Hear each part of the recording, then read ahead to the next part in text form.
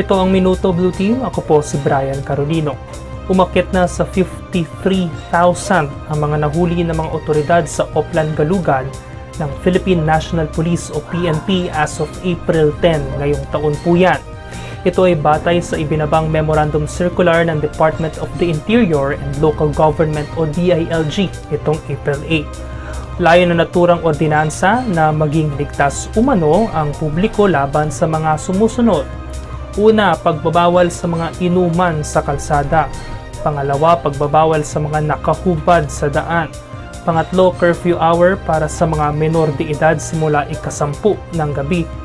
At pati na ang mga paglilimita sa mga videoke o di kaya mga nagpapatugtog na aabot lamang sa kaparehong oras ng 10 p.m. Sir.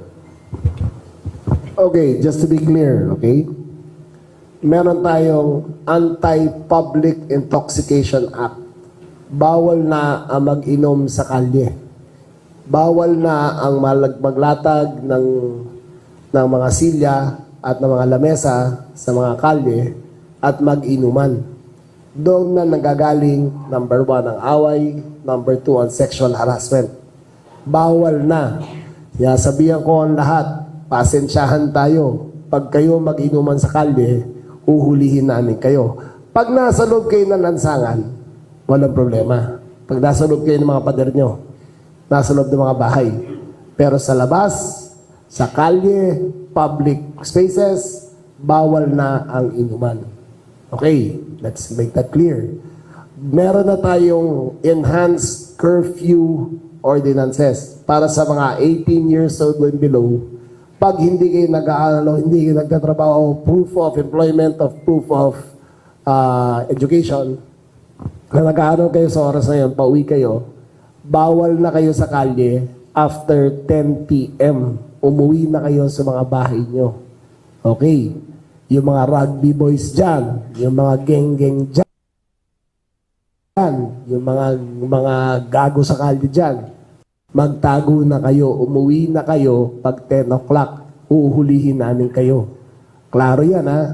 Sinasabi ko na dito ngayon, yung mga geng-geng, rugby, mga ungas na nagtatambay ng mga bata dyan, after 10 p.m., umuwi na kayo sa bahay nyo.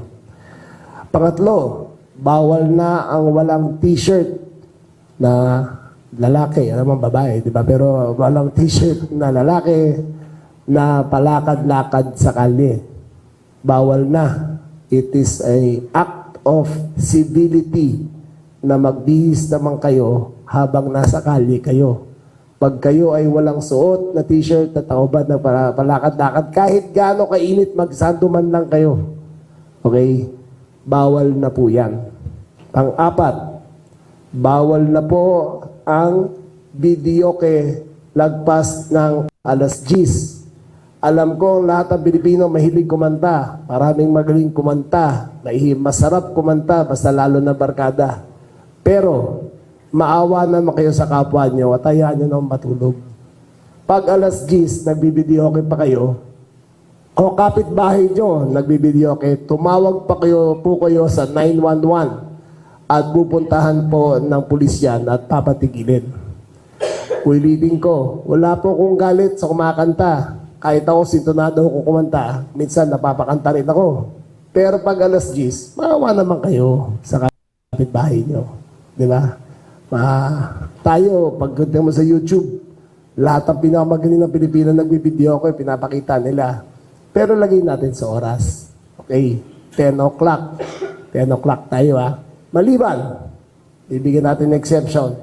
Kung fiesta, may barangay permit, nagkakasayahan doon, baka pwede pa. Pero kung araw-araw lang, maawa naman kayo sa mga kapitbahay nyo. May mga bata dyan, matutulog na. May mga bata dyan, kailangan mag-aaral pa, susunod na araw. May mga magulang dyan, alas 8, alas 9, tulog na. Magkatrabaho yan, alas 4, gising na. Matulog naman kayo. Kung ayaw nyo matulog, magpatulog naman kayo. Patulugin yung mga kapitbahay nyo. Okay.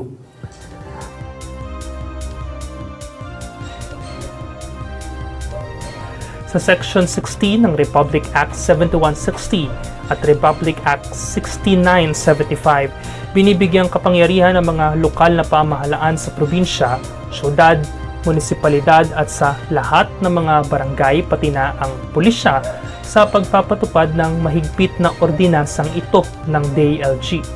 Aabot ng 500 hanggang sa 5,000 piso ang multa ng mga lalabag dito. We will make Kamanaba safer. We will make NCRPOs safer. The instruction of the Secretary of Interior and Local Government.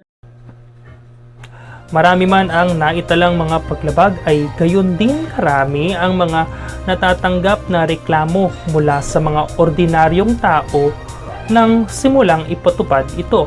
Para sa ilan, sobra na at hindi umano patas ang mahigpit na hakbang na ito, gaya na lamang ng nahuling ito sa operasyon na naghahalo lang naman ng semento. Ano gusto nyo?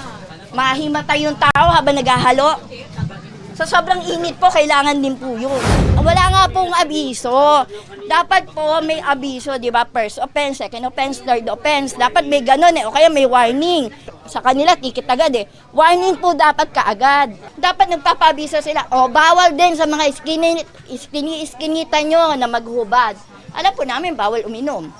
Bawal bawal yung mga curfew.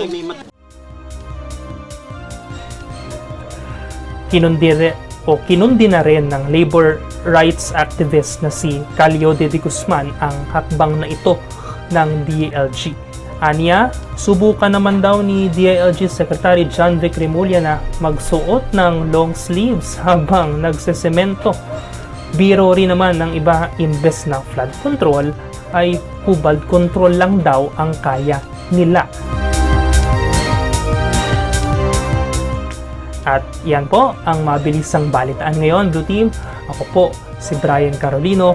Dahil dito sa BCRC3, minuminuto ang mga balita.